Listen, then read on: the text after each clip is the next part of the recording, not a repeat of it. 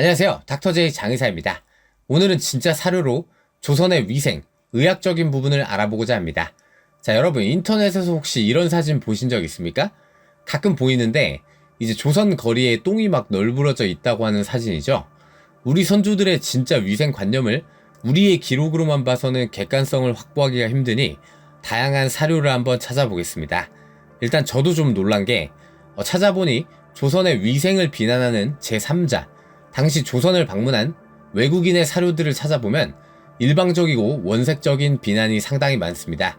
한번 보면 30년 넘게 조선에서 살면서 선교 활동을 하고 의료사업과 교육사업을 실시했고 대한민국 독립유공자로 선정된 그랜트 언더우드 선교사의 아내이기도 한 언더우드 여사의 기록 상투의 나라를 보면 인천 제물포에 도착하며 황량한 개펄이 지독한 악취를 풍기며 물가를 따라 펼쳐져 있었다. 특별히 3월에 조선에서 아마도 가장 높은 수준의 혐오감을 주는 곳이자 보기 흉할 정도로 추한 곳이라 기록했고 1904년 부산에 도착한 스웨덴 기자 야손은 100년 전 한국을 걷다라는 책에서 부산에서 받은 코레아의 첫 인상은 그렇게 좋은 것은 아니었다. 사방에서 악취가 풍겼으며 문 밖에는 집에서 버린 쓰레기가 쌓여있고 여기저기에 말라붙은 하수도가 있는데 끈적끈적한 바닥에 온갖 종류의 오물들이 썩어가고 있었다. 조선인 아이들의 얼굴은 어제 그제 세수한 얼굴은 결코 아니었다 라고 기록했습니다. 제물포를 방문한 팔로스호 선장 보스트 위크는 조선은 청결함이란 생각도 없는 곳이었다 라고 적었고 1903년 조선에 온 러시아 학자 셰로셰프스키는 조선은 매력적이지만 한 가지 결함이 바로 불결하다라는 것이다 라고 썼고 그의 저서 새로운 극동에는 아예 조선은 거의 대부분 지역이 설명할 수조차 없을 정도로 더럽다 라고 대놓고 썼습니다. 마지막으로 미국에서 초빙교사로 온 조지 길모어는 1882년 서울 풍물지라는 책에서 조선 사람들은 청결의 문제에서는 비난을 받을 수밖에 없다. 한 영국인은 조선에서 가장 깨끗하다는 사람이 그가 살면서 본 가장 더러운 사람이었다는 말을 들은 적이 있다 라고 썼습니다. 여러분 웃기는 것은 영국, 미국, 프랑스 사람들이 일지나 책으로 기록해놓은 부분에서 굳이 조선이 아니더라도 식민지, 예컨대 인도, 베트남, 중국, 조선 등에 대해 거의 대부분 청결과 위생에 대해 거의 원시인 수준의 비난을 기록해놓은 경우가 대부분입니다. 왜냐? 이 당시에는 우생학적인 우월주의를 대부분의 서양 열강이 가지고 있었고 청결, 위생이라는 것은 당대의 문명인과 비문명인을 나누는 기준이었기 때문입니다.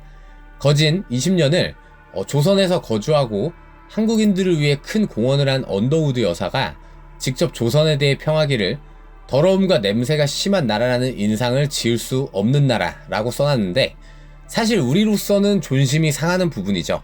그래서 한번 찾아보면 여러분 애당초 유럽이라는 곳은 1830년대부터 대규모 역병이 창궐하고 콜레라로 2만 명 이상이 사망했고 특히 1880년부터 1890년대 파리의 기록을 보면 파리 사람들이 못 견딜 정도로 썩은 내와 배설물 냄새가 진동했다고 되어 있고 아예 위생적 관념 자체가 없다고 번즈 데이비드는 기록하고 있습니다.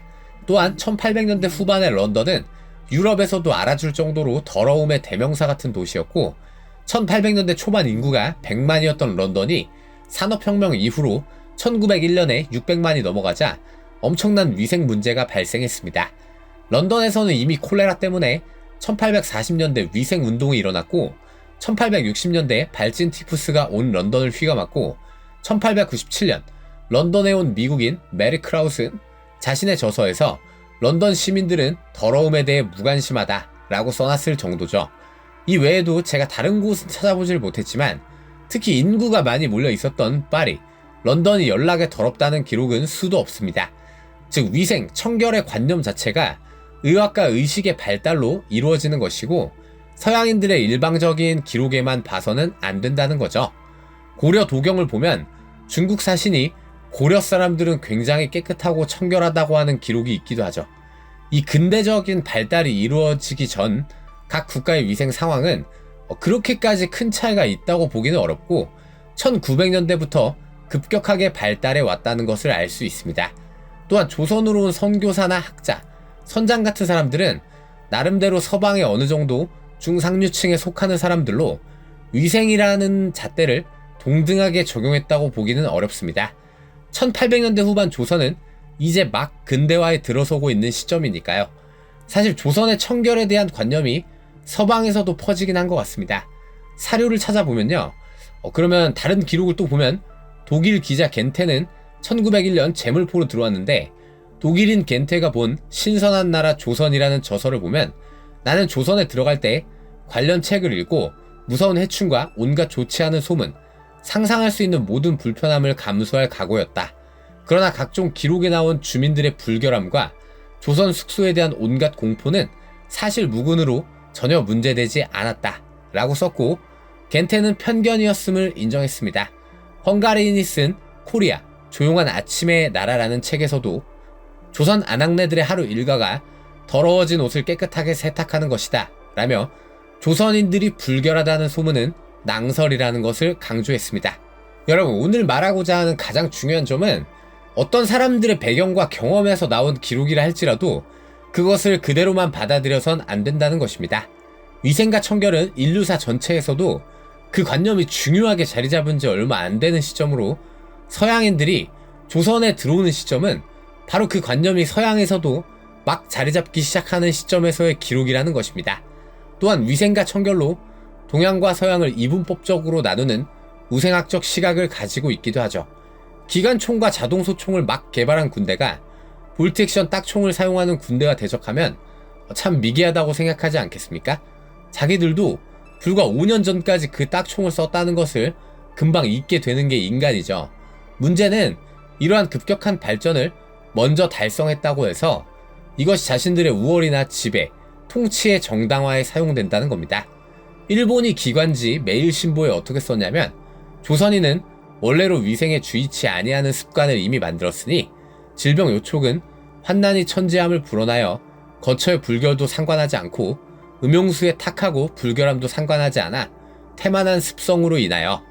매일신보 1910년 10월 7일. 위생을 문명국의 논리, 근대화적 교화의 필요성 강조, 식민지배의 정당성을 부각하는 자료로 사용한다는 것이죠. 이것은 영국이나 프랑스도 마찬가지입니다.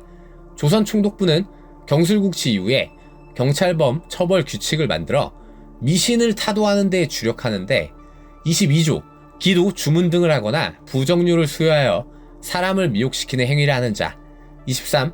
병자에게 금연, 기도, 주문 또는 정신요법을 하여 의료행위를 방해하는 자. 24. 함부로 최면수를 행하는 자. 의술에서도 조선은 미신이 자리 잡혀있는 야만 국가라며 법으로 금지시킵니다. 사실 이건 어떻게 보면 잘한 것 같기도 한데, 중요한 것은 조선은 이러한 미신이 성행하는 미개한 국가다, 이걸 강조했다는 점에 있습니다. 때문에 이런 미개한 조선을 교화시키는 것이 우리 일본의 의무고 우리가 이렇게 고마운 나라다, 이런 논리죠. 일본은 우생학적 관점의 우월성을 강조할 수가 없는 유일한 열강이었습니다. 일본은 역사적으로 조선과 대등한 외교 관계에 있었고 실제 전쟁을 하기도 했던 나라죠. 서양 열강은 인간의 종, 그 자체의 우월을 강조하고 미개한 아시아의 신문물과 민주주의에 앞선 그들의 진짜 문명을 전파하고 발달시키는 데에 명분을 삼기도 했죠. 따라서 일본의 기록에서는 조선이라는 나라가 얼마나 더럽고 미신을 숭상하고 미개한지를 위생이나 의학에서 기록을 남기고 이를 선전의 도구로 활용하고 있습니다. 이렇듯 역사적으로 위생, 청결이라는 것은 선진국의 척도였고 보다 발전된 문명의 기본이었습니다. 그런데 근대적인 정치적 개혁조차도 1800년대 후반에 있었던 조선에서 당연히 위생, 청결, 현대적인 의학이 제대로 존재할 수는 없겠죠. 그러나 서방이나 일본의 몇 가지 기록으로만 판단하기에는 그렇다고 조선이 연락에 들어온 나라라고 보기는 어렵습니다. 물론 일제강점기에 일본은 무당이 부적을 팔아 병을 치료한다거나 무슨 빗물을 받아 병을 치료하는 이러한 미신적 사이비 의료행위를 막고 현대적 기관이 생기기 시작하는 것도 맞지만, 그러한 미신 혁파에도 정치적인 요소가 분명 존재한다는 것입니다.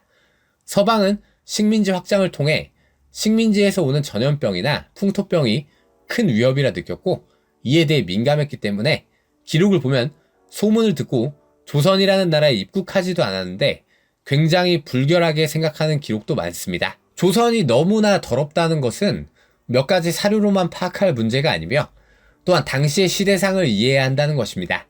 역사는 이러한 부분을 잘 봐야 합니다. 문명의 충돌에서 오는 우월주의로 인해 기록된 사료로 인간의 문명이 변환되는 시기를 생각하지 않고 그냥 몇 가지 사료로 그 시대를 파악해서는 안 된다는 것입니다. 같은 21세기를 살고 있지만 인도의 극빈층과 대한민국 극빈층의 위생 상태가 정말로 같을까요? 그러하다고 인도인이라는 사람들이 인간으로서 열등하다고 생각하는 사람은 아무도 없을 것입니다. 혹여 그런 생각을 하는 사람들이 있다면 그게 바로 영국이나 프랑스, 미국인들이 저 당시 조선인과 아시아인들을 바라보는 시선이라고 할 것입니다. 앞에 예를 든 버라토시가 쓴 코리아 조용한 아침의 나라에는 우리에게 기분 좋은 글이 있습니다. 조선인들은 전혀 목욕을 하지 않으며 손발조차 씻지 않는다는 소문도 자주 들었다. 당연히 이 말은 사실이 아니다. 조선인들은 일을 마치고 집에 돌아오면 머리부터 발끝까지 깨끗이 씻는다.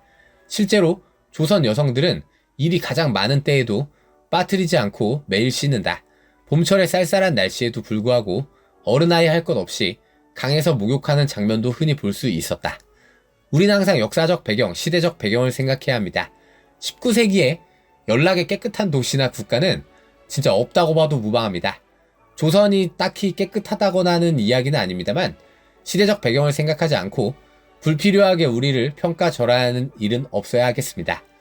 근대적, 현대적 관점의 위생과 청결, 의학이 들어오고 발전하고 자리 잡는 시간적 차이가 있을 뿐 그것이 들어오고 자리 잡기 전 상황은 어느 나라나 비슷비슷하다는 것입니다. 감사합니다.